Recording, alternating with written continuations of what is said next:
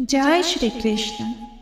આપ સૌનું સ્વાગત છે અમારી આ યુટ્યુબ ચેનલમાં. મિત્રો, આજે આપણે એક અદ્ભુત વાર્તા જાણીએ.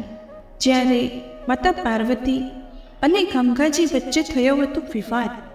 એકવાર દેવી ગંગા શિવથી મોહિત થઈ ગયા અને તેમણે શિવને લગ્નનો પ્રસ્તાવ મૂક્યો. આ સાંભળીને દેવી પાર્વતી ખૂબ જ ક્રોધિત થઈ ગયા. ગંગા તેના આ લગ્નના પ્રસ્તાવ પર અડગ હતી. આ જોઈને માતા પાર્વતીનો ક્રોધ વધી ગયો. લગ્નના આ પ્રસ્તાવથી ગુસ્સે થઈને પાર્વતીજીએ દેવી ગંગાને શ્રાપ આપી દીધો.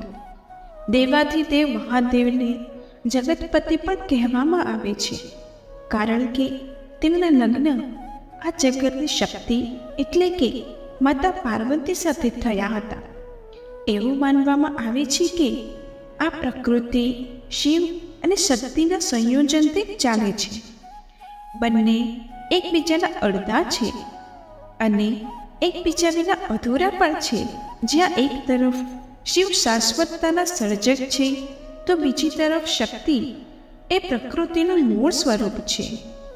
માતા પાર્વતી રાજા હિમાવનની પુત્રી છે, જે મુજબ તેમને શૈલપુત્રી પણ કહેવામાં આવે છે.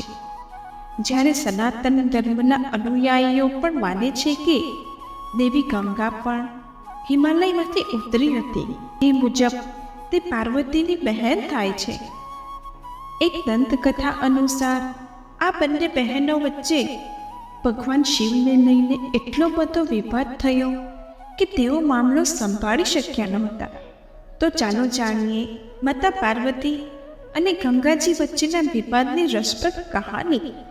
એકવાર શિવજી તેમના પરમ નિવાસસ્થાન કૈલાશ પર્વત પર ધ્યાનમાં બેઠા હતા. આ સાથે માતા પાર્વતી પણ ધ્યાનમાં મગ્ન હતા. શિવ અને શક્તિનું આ સુંદર સ્વરૂપ એક સાથે ખૂબ જ સુંદર લાગતું હતું. એક બાજુ જ્યાં મહાદેવ અને મહાદેવી ધ્યાનમાં મગ્ન હતા, તો બીજી બાજુ શિવના પરમ ભક્ત નંદી તેમના ભગવાન અને માતાની સુંદરતાની પ્રશંસા કરી રહ્યા હતા. બંનેનું આ સ્વરૂપ જોઈને ખુદ નંદીજીની આંખોમાંથી આંસુ વહેવા લાગ્યા. મહાદેવને તેમના ભક્તની આંખમાંથી વહેતા આંસુની જાણ થતાં જ તેમણે પોતાની આંખો ખોલી. મહાદેવે આંખ ખોલતા જ ગંગાને હાથ જોડીને પોતાની સામે ઊભેલી જોઈ. મહાદેવ ગંગાને જોઈને આશ્ચર્યચકિત થઈ ગયા અને બોલ્યા, દેવી ગંગે, તમે? મહાદેવની વાત સાંભળીને ગંગાએ કહ્યું, હે આદિપુરુષ, તમારું સ્વરૂપ જોઈને હું તમારા પર મોહિત થઈ ગઈ છું. કૃપા કરીને મને તમારી પત્ની તરીકે સ્વીકારો. આ અવાજ માતા પાર્વતીના કાને પહોંચતા જ તેઓ આશ્ચર્યચકિત થઈ ગયા.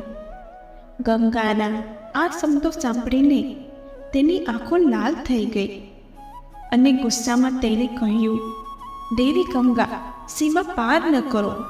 ભૂલશો નહીં, મહાદેવ મારા પતિ છે. આ સાંભળીને ગંગાએ મજાકમાં કહ્યું, અરે બહેન, શું ફરક પડે છે? કોઈ પણ રીતે તમે મહાદેવની પત્ની હોવા છતાં દેવાધિદેવ મહાદેવ માત્ર મને જ માથે ધારણ કરે છે. જ્યાં તમે મહાદેવ સાથે ન જઈ શકો, ત્યાં હું પણ પહોંચું છું. ગંગાના આ શબ્દો સાંભળીને માતા પાર્વતીના ક્રોધનો પાર ન રહ્યો.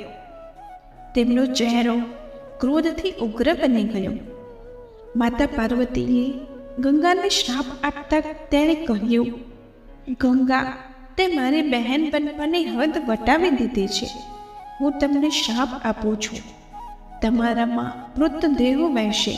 સંસારના પાપો ધોતી વખતે તમે ગંદા થઈ જશો અને તમારા આ અહંકારને તોડવાથી તમારો રંગ પણ કાળો થઈ જશે. આ સાંભળીને ગંગા મહાદેવ અને મહાદેવીના પગે પડી. તેણી પોતાની ભૂલ સમજી ગઈ અને મહાદેવ અને પાર્વતીની માફી માંગી. ત્યારે મહાદેવે કહ્યું, હે ગંગા, આ શ્રાપ ફળતો રહેશે. પણ તારા પશ્ચાતાપથી પ્રસન્ન થઈને અમે તારા શ્રાપમાંથી મુક્તિ આપીશું. હે ગંગા, તમે લોકોના પાપોથી દૂષિત થઈ જશો, પણ સંતોના સ્નાનથી તમને તમારી પવિત્રતા પાછી મળશે. આ આદેશ પછી ગંગામાં સ્નાન કરવાથી પાપ ધોવાઈ જવા લાગ્યા. જય ભોલેનાથ. મિત્રો, અમારી ધાર્મિક, આધ્યાત્મિક તેમજ પૌરાણિક વાતો સાંભળવા માટે અમારી ચેનલને લાઈક, શેર અને સબસ્ક્રાઈબ કરો. Thank you.